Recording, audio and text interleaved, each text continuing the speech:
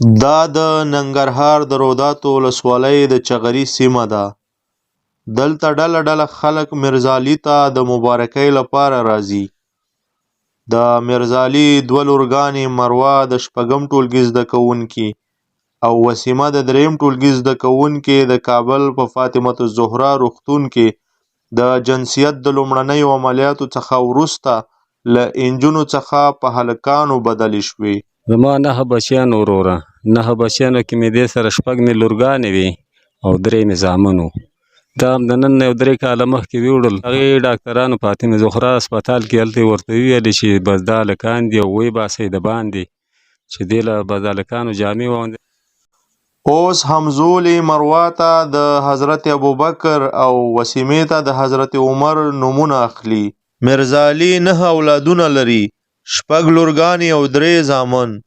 4 کاله مخکې د عادلې په نوم لور په عبدالرحمن او 2 ورځې مخکې 2 نورې لورګانې مروه او وسیمه هم له عملیاتو څخه وروسته د نارینتوب جنسیت ته بدلې شوې.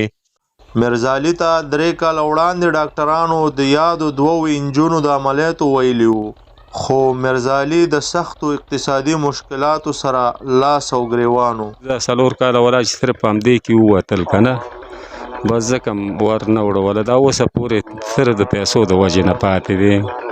د چغري د سیمې دغه بېوسه دهقان ته ډاکټرانو د راروانې جدي میاشتې پر 15مه نیټه د دوهم ځل عملیاتو د ترسروي ویلي.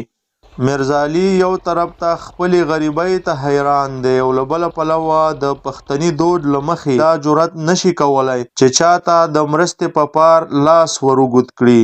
او اوس یې بیا غوښتي دي بیا 15 د جدي به یې بیا راوړي، نو بیا به یې ور وړول او هغه عملیاتونه چې وو بس پاتې وو. اوس ګوره الله تعالی به دا هم دغه کړي، وبه یې کړي.